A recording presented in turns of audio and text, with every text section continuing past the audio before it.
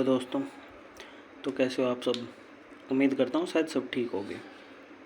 तो दोस्तों अपनी चल रही है राजस्थान ज्योग्राफी की सीरीज़, जिसमें अभी अपना चैप्टर चल रहा है वनस्पति। कल एक अपनी वनस्पति की क्लास हो चुकी थी, आज अपनी वनस्पति की सेकंड क्लास है। कल की क्लास में अपन ने क्या पढ़ा? वनस्पति में अपन ने वन नीति पढ़ी, वन रिपोर्ट पढ़ी थी, फिर उसके बाद वनों का वर्गीकरण पढ़ा था अपन ने कि वही वनों को किन किन 4 भागों में बांटा गया था, भौगोलिक आधार पे और प्रशासनिक आधार पे। ठीक है। उसके बाद अपन ने कुछ महत्वपूर्ण जो वृक्ष थे, राज्य वृक्ष और भी कुछ थे, वो वृक्ष थे वो अपन ने पढ़े थे।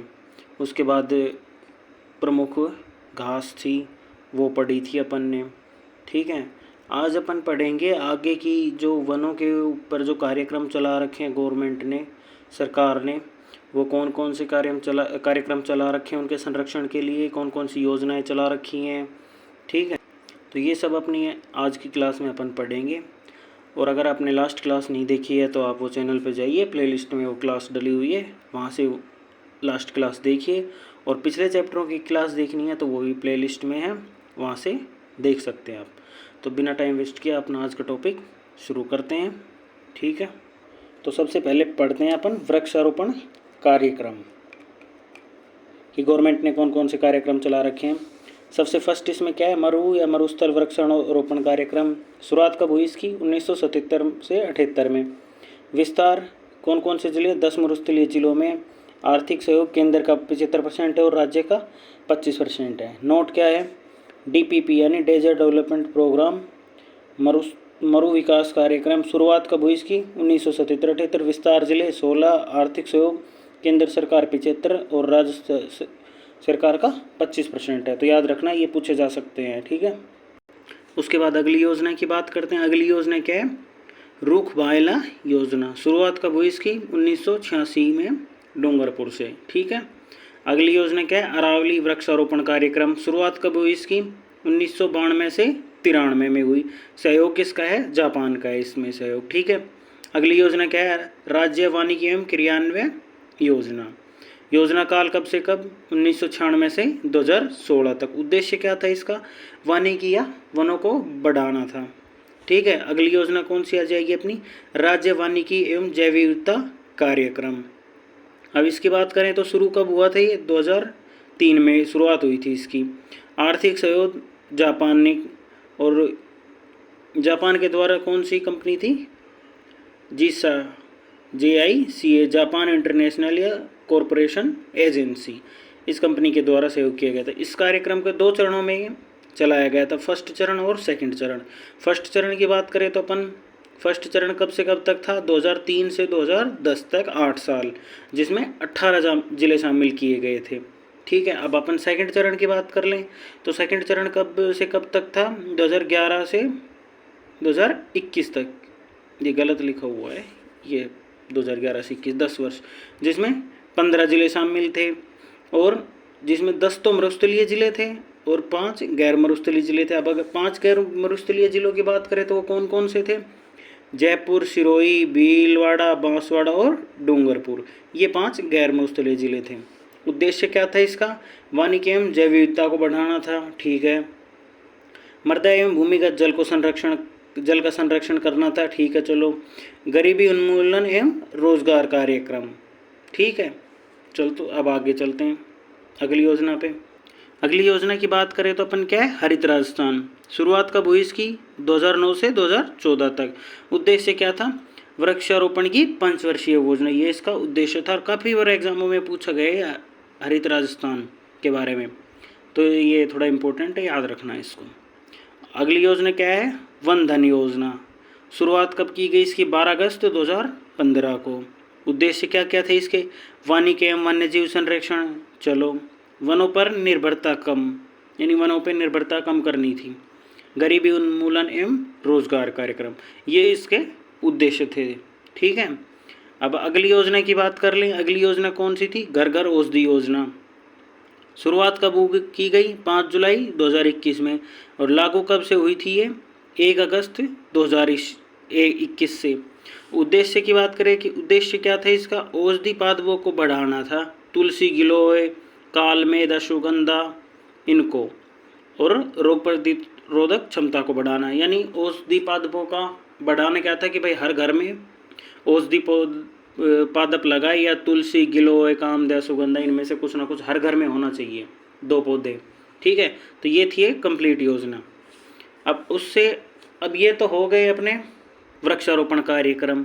अब वृक्षारोपण के बाद अगला क्या है, वृक्षारोपण एवं पर्यावरण संबंधित पुरस्कार के भाई कौन कौन से पुरस्कार दिए जाते हैं वनों का संरक्षण करने पे, पेड़ों का संरक्षण करने पे। ठीक है, तो सबसे फर्स्ट इसमें क्या है, अमृता देवी विश्नोई पुरस्कार। शुरुआत कब हुई थी इसकी, 1994 में। उद्देश्य क्या था, वृक्षारोपण, वन संरक्षण और वन्य जीव संरक्षण। ठीक है, ये इसके उद्देश्य थे तीनों। और इस पुरस्कार को 3 स्तरों में दिया है, ये इस तरह भी आगे आपको बताएंगे कौन कौन से स्तर हैं। सबसे इम्पोर्टेंट है, ये याद कर लेना, इसको इम्पोर्टेंट टिक लगा लेना इस पे। तो ये तो भाई पूछा जाता है, ये क्वेश्चन आता है, यहाँ से बन सकता है, तो इसको तो करना ही है। अब इसके 3 स्तर कौन कौन से हैं वो देखते हैं। चलो, ये देखो आपके सामने टेबल से 3 दिखा रखे हैं, व्यक्तिगत स्तर, दूसरा व्यक्तिगत स्तर और फिर संस्थागत, ये 3 स्तर है इसके। फर्स्ट में क्या है, वन संरक्षण। अगर वनों का संरक्षण करें व्यक्तिगत स्तर पे तो राशि कितनी दी जाती है, 50,000। दूसरा व्यक्तिगत स्तर में वन्य जीव संरक्षण करे, मतलब वनों के जीवों का भाई संरक्षण करे कोई, तो उसमें कितनी राशि दी जाती है, 50,000। और संस्थागत, अगर कोई भाई संस्था है वो वन्य जीवों का भी संरक्षण कर रही है और प्रबंधन कर रही है उनका, तो उसके लिए राशि कितनी जाती है, 1 लाख। तो ये तीनों में डिफरेंस याद रखना, एक तो व्यक्तिगत है वो वन संरक्षण के लिए, दूसरा व्यक्तिगत है वो वन्य जीव के लिए, और जो संस्थागत है वो वन संरक्षण और उनका प्रबंधन करने के लिए, उसके लिए दिया जाता है। राशि कितनी जाती है, 1 लाख, और बाकी दोनों में 50,000। ठीक है, ये फैक्ट याद रखना दोनों के, कन्फ्यूज मत हो जाना इनमें। अब 2018 में पुरस्कृत कौन थे, ओम सिंह राजावत वन संरक्षण में, सतनाम सिंह वन्य जीव संरक्षण में थे ये, और वन संरक्षण एवं प्रबंधन में क्या थी, वंडर सीमेंट सीडी चित्तौड़गढ़। ठीक है, उसके बाद दूसरी संस्था मानव उत्थान एवं सेवा संस्थान तलवाड़ हनुमानगढ़ की। तीसरी कौन थी, वन संरक्षण एवं प्रबंधन संस्थान पाटिया उदयपुर। ये 3 संस्था थी, इन तीनों को दिया गया था। ठीक है, अब आगे चलते हैं। अगले क्या है, कैलाश सांखला वन्य जीव संरक्षण पुरस्कार। राशि कितनी दी जाती है 50,000 क्षेत्र वन्य जीव संरक्षण में। नोट क्या है, कैलाश सांखला भारत के बाघ व्यक्ति या टाइगर मैन ऑफ इंडिया के नाम से इन्हें जाना जाता है। अगला कौन सा है, इंदिरा प्रियदर्शनी वृक्ष मित्र पुरस्कार। ठीक है, राशि कितनी दी जाती है इसमें, 2.5 लाख रुपए, और क्षेत्र किस फील्ड में दी जाती है, वृक्षारोपण एवं बंजर भूमि विकास में, उसके लिए दी जाती है ये। अगला क्या आ जाएगा, राजीव गांधी पर्यावरण सुरक्षा संरक्षण पुरस्कार। शुरुआत कब हुई, 5 जून 2012 को। यह पुरस्कार पर्यावरण संरक्षण के लिए दिया जाता है। ठीक है, अब राशि प्लस रजत कमल दी जाती है इसमें। व्यक्तिगत हो तो 2 लाख रुपए, नगरीय निकाय हो तो 3 लाख रुपए राशि, और संगठन हो या कोई संस्थान हो उसे दी जाती है 5 लाख रुपए राशि। ठीक है, अगला क्या आ जाएगा, वन पालक पुरस्कार। यह पुरस्कार वानिकी विकास के लिए दिया जाता है। अब आगे बात कर लें प्रमुख वन दिवस और अधिनियम। अधिनियम कौन कौन से हैं, 1972 में कौन सा अधिनियम आया था, वन्य जीव संरक्षण अधिनियम। 1973 में बाघ संरक्षण अधिनियम। 1975 में मगरमच्छ संरक्षण अधिनियम। 1980-88 में वन्य जीव संरक्षण अधिनियम। 1986 में पर्यावरण संरक्षण अधिनियम। 1992 में हाथी संरक्षण। 2002 में जैव विविधता संरक्षण। 2009 में गांगेसूस संरक्षण अधिनियम। 2014 में ऊंट संरक्षण अधिनियम। तो ये इम्पोर्टेंट अधिनियम है, इनको याद कर लेना अच्छे से, मोस्ट इम्पोर्टेंट है, इनको अच्छे से बार बार पढ़ना, रिपीट करना इनको। ठीक है, पूछे जा सकते हैं एग्जाम में। अब दिवस की बात कर लें अपन, जनवरी में कौन सा, 14 से 31 जनवरी जीव जंतु पखवाड़ा। ठीक है, फरवरी की बात करें 2 फरवरी रामसर दिवस, वेटलैंड डे। ठीक है, मार्च की बात करें 22 मार्च जल दिवस, 21 मार्च वानिकी डे के रूप में। ठीक है, अप्रैल की बात करें 22 अप्रैल पृथ्वी दिवस, मई की बात करें 22 मई जैव विविधता दिवस, ठीक है।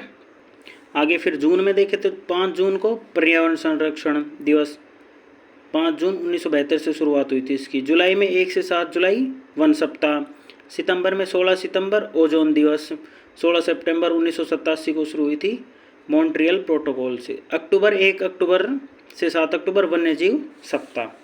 तो ये इम्पोर्टेंट दिवस थे, कुछ याद कर लेना, ये भी एग्ज़ाम में पूछे जा सकते हैं, यहाँ से क्वेश्चन उठ सकता है, ठीक है। अब थीम की बात कर लें। रामसर दिवस 2023 की थीम क्या थी? It's time for wetland restoration, ये इसकी थीम थी। जल दिवस 2023 की acceleration the change to solve the water and sanitation crisis, परिवर्तन में तेजी। पृथ्वी दिवस 2022 की थीम क्या थी? Invest in our planet. पर्यावरण दिवस 2022 की थीम क्या थी? Only one earth. ओजोन दिवस 2022 की थीम क्या थी? Global cooperation protecting life on earth, ये इसकी प्रमुख थीम थी कुछ। अब इससे रिलेटेड कुछ अन्य जो फैक्ट हैं उनको भी पढ़ लेते हैं इनके साथ साथ। क्या है वो? जैविक उद्यान बायोलॉजिकल पार्क कौन कौन से हैं? सज्जनगढ़ जैविक उद्यान उदयपुर, माचिया सफारी उद्यान जोधपुर, नाहरगढ़ जैविक उद्यान जयपुर, अभेड़ा जैविक उद्यान कोटा, मरुधरा जैविक उद्यान बीकानेर में, ठीक है। ये प्रमुख जैविक उद्यान हैं। अब कुछ थीम पार्क हैं, कौन कौन से हैं? कैक्टस पार्क कहाँ है? कुलधरा जैसलमेर में। प्रकृति पार्क चूरू में फर्स्ट, और दूसरा कहाँ है? सीकर लक्ष्मणगढ़ में, 2 हैं ये। Desert theme park Kishanbagh Jaipur में है ये। बटरफ्लाई वैली जयपुर में है। मंकी वैली गलताजी जयपुर में। जैव विविधता पार्क गमधर उदयपुर में है। Bougainvillea park Udaipur first Udaipur में है और दूसरा जयपुर में है ये, ठीक है। ये थीम पार्क थे कुछ। अब क्या है? वन संबंधित संस्थान कौन कौन सी हैं? काजरी central arid zone research institute, केंद्रीय शुष्क क्षेत्र अनुसंधान संस्था। स्थापना कब हुई थी? 1959 में। मुख्यालय कहाँ है इसका?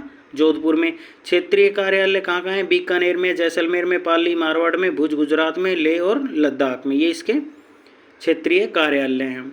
उद्देश्य क्या है इसका? मरुस्थलीय क्षेत्र की वनस्पति एवं फसलों का वैज्ञानिक अनुसंधान करना, ये इसके उद्देश्य है। दूसरा क्या है? मरुस्थलीय जैव विविधता का संरक्षण करना, ठीक है। यहाँ तक चलो आगे चलते हैं। अब दूसरी क्या है? आफरी एरिड फॉरेस्ट रिसर्च इंस्टीट्यूट, शुष्क वन अनुसंधान संस्थान। स्थापना कब हुई? 1985 से। मुख्यालय कहाँ है? जोधपुर में। उद्देश्य क्या है?